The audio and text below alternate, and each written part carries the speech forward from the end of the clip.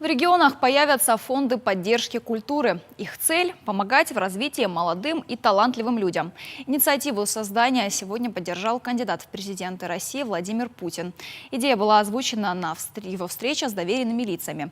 Нашу республику представляли 3 человека. Председатель региональной общественной организации «Совет женщин» Лариса Хабицова, артист Североосетинского театра Роберт Битаев и многодетный отец Артур Габеев.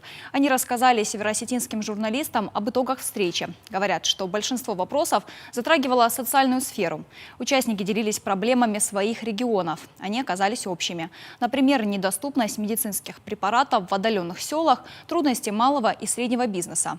Больше всего участников встречи волновал вопрос, связанный со сферой образования.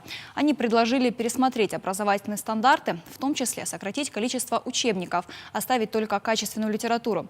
Задались и вопросом заработной платы учителей. Майские указы позволили ее проиндексировать, однако сумма увеличилась ненамного. Предложили и дальше продолжить индексацию.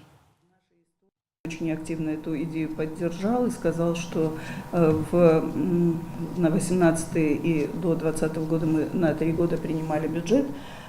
Деньги в федеральном бюджете заложены, но, естественно, это будет софинансирование, и необходимо, чтобы региональные руководители обязательно в своих бюджетах тоже предусмотрели необходимые средства для повышения индексации зарплат учителей.